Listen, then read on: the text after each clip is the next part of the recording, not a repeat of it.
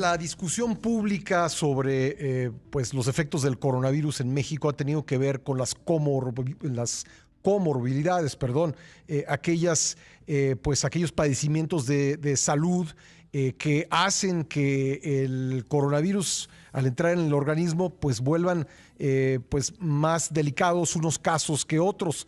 Hemos hablado aquí mucho de esto en el programa, pero creo que vale la pena también ver el tema desde el punto de vista histórico. ¿Desde cuándo y por qué razones tenemos estos padecimientos más presentes en la población mexicana que en otros países? Le agradezco mucho a Pilar Zazueta, investigadora, historiadora, profesora del Instituto de Estudios Latinoamericanos de la Universidad de Texas en Austin, que me tome la llamada, una conocedora y una investigadora justamente de este tema, de cómo la alimentación y la nutrición se convirtieron en un tema de política pública en México durante el siglo XX. Pilar, gracias por estar con nosotros. Buen día. Buen día. Bueno, ha sido una discusión que se ha ido al terreno político, de decir cuándo fue, en qué época del país, pues la población mexicana desarrolló más este tipo de comorbilidades que ahora pues la hacen más propensa a ser afectada por el coronavirus. ¿Qué podríamos decir en términos generales? Bueno, hablando de la diabetes mellitus, el tipo 2, esto es un problema de salud pública mundial. Sí. Y esto se empezó a detectar y se empezó a hablar seriamente de cómo la diabetes o la incidencia de diabetes está relacionada con los hábitos alimenticios desde principios del siglo XX. Uh-huh. Entonces empezaron a hacer una serie de investigaciones clínicas y poblacionales para poder identificar los factores de riesgo. En México, en particular, el instituto, el Hospital Nacional de Nutrición, ¿no?, que fundó el doctor Salvador Subirán, uh-huh, fue el pionero de estos estudios.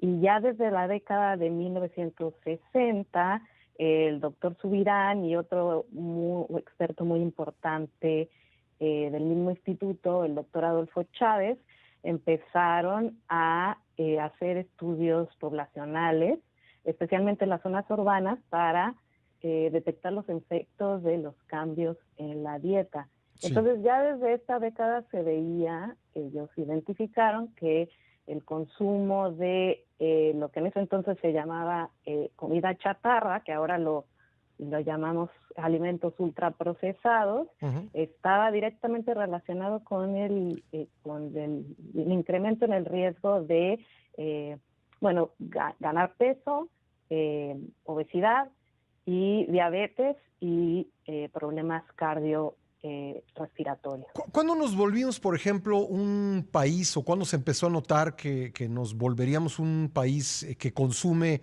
bebidas azucaradas o refrescos en un porcentaje tan importante, Pilar?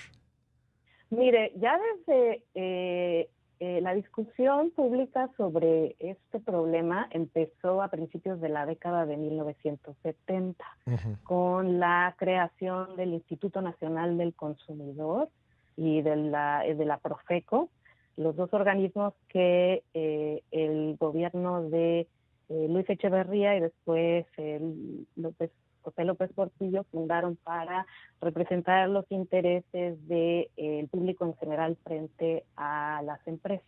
Uh-huh. Entonces, uno de los colaboradores más importantes del Instituto Nacional del Consumidor fueron los investigadores de salud pública, ¿no? Entonces, en México siempre hubo esta tradición muy fuerte de estudiar la relación entre la alimentación y la salud, ¿no?, desde el siglo XIX y desde el siglo XX. Y ahí fue donde se empezó a hablar seriamente sobre cómo los hábitos alimenticios, que en ese momento era como una discusión nacionalista, ¿no?, de cómo limitar los hábitos alimenticios de los norteamericanos, cuáles eran las consecuencias culturales, sociales y de salud para los mexicanos. Y bueno, el Estado mexicano, a través de estos organismos, tenía un proyecto de informar sobre efectos que podrían tener, por ejemplo, los refrescos y el consumo indiscriminado de azúcar Sí. con respecto a la salud. Y bueno, era una cosa un poco medio esquizofrénica, porque por un lado el Estado mexicano tenía estas políticas de informar y de promover hábitos alimenticios sanos en la población, pero por otro lado subsidiaba a las grandes empresas azucareras y refresqueras. Sí, yo he leído algunos de sus estudios, muy interesantes todos, y en uno de ellos relata usted cómo pues el consumo de refrescos empezó a despegar muy de la mano del boom cinematográfico. Incluso recuerdo que mencionaba que en la película Los Olvidados de Luis Buñuel había como 52 anuncios de una empresa refresquera concreta, ¿no? Así es, las empresas refresqueras son pioneras en la publicidad, en el uso de la publicidad subliminal y no subliminal, lo que como se dice en inglés, el product placement, ¿no? Sí. Cuando se presenta Cuando un se ponen, producto. digamos, dentro de la película como si no vieran al caso anuncios espectaculares u otros o el producto mismo, ¿no? Sí, exactamente. Sí. Entonces, aún los fundadores de la empresa Bimbo Ujú. y toda su estrategia de negocios y de la invención de su mascota, el osito Bimbo, la publicidad, todo esto viene de un estudio muy enfocado en lo que estaban haciendo las refresqueras Ujú. en México y en Estados Unidos. O sea, Desde el modelo aquellos de años, negocio de los años 50, digamos. de los años 50 y no solo la industria cinematográfica en México, sino en otras partes, en Estados Unidos obviamente, pero en otras partes del mundo, Sí. los anuncios eran un instrumento fundamental para financiar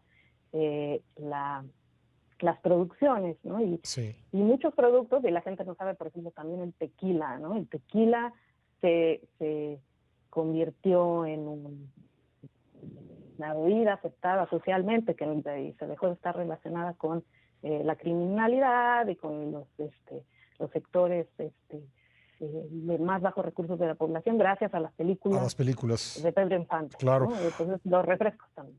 Yo también le leí a usted que parte del consumo o el inicio del consumo de azúcar podríamos encontrarlo pues después de la Revolución Mexicana porque se empezó, pues se tomó como un símbolo de estatus al salir de la Revolución Mexicana que digamos los sectores de menores ingresos pudieran tener acceso al consumo de azúcar que era antes de la Revolución un producto sobre todo para las clases pudientes. Sí, exactamente. Y ha habido varios ciclos, ¿no? Sí. Porque los precios del azúcar han variado históricamente, ¿no? Entonces, en ciertos periodos, en la era colonial, el azúcar era más accesible Uh-huh. y, bueno, por cuestiones de clima, hubo pérdidas de la producción, etcétera, etcétera, pero siempre hubo una asociación cultural histórica con que en los buenos tiempos había recursos para comprar productos que no eran de primera necesidad, ¿no? Y el azúcar era uno de ellos. Además, el azúcar tiene unas asociaciones muy interesantes con el estilo de vida europeo, ¿no? El estilo de vida no indígena, ¿no? Que Sí. en México esto está muy relacionado con el ascenso social, ¿no? Bueno, en México y en otras partes de América Latina. Ahora, déjenme preguntarle esto porque, como decía yo al principio de nuestra conversación, esto pues se ha ido al ámbito político. Una discusión que pues creo que tendría que quedarse en el terreno científico, pero en el ámbito político pues se ha llegado a afirmar que la situación de salud, estas comorbilidades, diabetes, obesidad, otras, pues tienen que ver con el llamado periodo neoliberal. Y pues simplemente desde un punto de vista histórico y científico, ¿es sostenible esta declaración?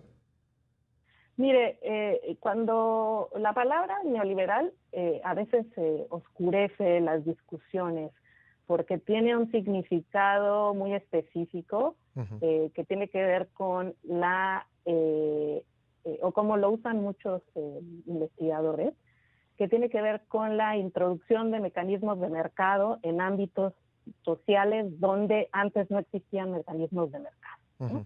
En el caso de la alimentación, los mecanismos de mercado están antes de, existieron antes de la era de tratar el libre comercio, Sí. de la liberalización de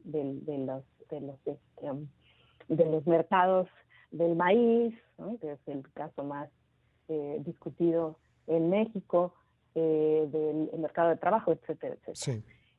Entonces, lo que sí hay es un agravamiento de las tendencias del ambiente, o que los expertos llaman el ambiente obesigénico, que no necesariamente tiene que ver con lo que algunos llaman neoliberalismo, sino con las políticas económicas, las cuales favorecen a las grandes empresas que fabrican alimentos ultraprocesados en México, en Estados Unidos, en Canadá, con los subsidios agrícolas a los productores de maíz en Estados Unidos, Sí. que hacen que sus productos sean muchísimo más baratos, más accesibles que los productos frescos, que se agregan las frutas, las verduras, etcétera, etcétera, que se producen en México.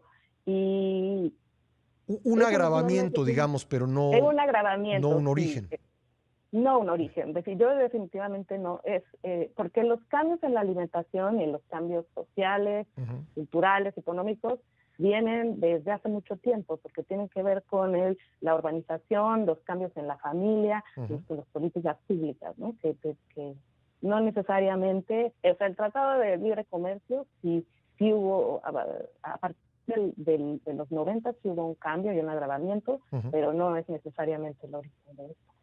Pues es muy interesante platicar con usted. Incluso le recomiendo mucho a nuestra audiencia que consulte sus investigaciones, porque de verdad yo las disfruto mucho y aprendo mucho de ellas. Pilar, le agradezco que haya estado con nosotros hoy en el programa. Yo le agradezco mucho a usted. Gracias, muy amable. Pilar Zazueta, investigadora, profesora del Instituto de Estudios Latinoamericanos, Teresa Lozano Long de la Universidad de Texas en Austin.